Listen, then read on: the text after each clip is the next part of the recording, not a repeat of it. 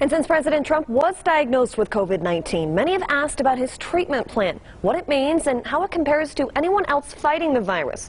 We spoke with the Chief Clinical Officer of Intermountain Healthcare here in Las Vegas today. He gave us a better idea of how doctors are using certain medicines to help Mr. Trump recover.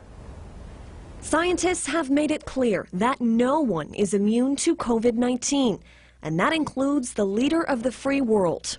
I think most of the medical community would agree that it was just a matter of time that the president and those around him would somehow, some way contract the virus. President Trump recently announced that he tested positive, sparking a storm of commentary, speculations, and most notably, questions about his treatment. How the president is being treated for his COVID infection is much different and more aggressive than the normal person. Dr. Warren Volker of Intermountain Healthcare weighed in on what these medicines mean. This included an initial antibody approach. A monoclonal antibody cocktail was given to him. It's experimental. It's only been tested on around 275 people, but the FDA has approved it. Volker says remdesivir, which is administered over 5 days, serves its own separate function. What that does is brings down the viral load. So he got that. So as the virus is trying to grow in his body, it'll bring that down. Late Saturday, steroid dexamethasone, which is said to improve severe cases, was also introduced.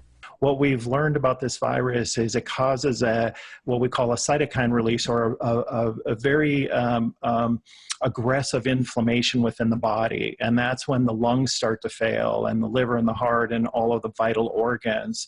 And so the dexamethasone will help suppress a person's own body from this aggressive inflammatory reaction. The doctor added that most patients recover.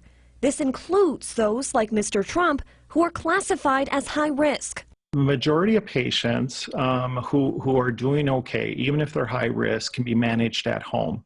It really is dependent upon symptoms. But he urges us all to keep doing what we can to slow the spread of this virus. It's just wearing a mask when you can't social distance, to use common sense. Dr. Volker also said COVID-19 patients are most contagious while they have symptoms, but experts are finding that many are infectious beyond that, which is why a 14-day quarantine is recommended.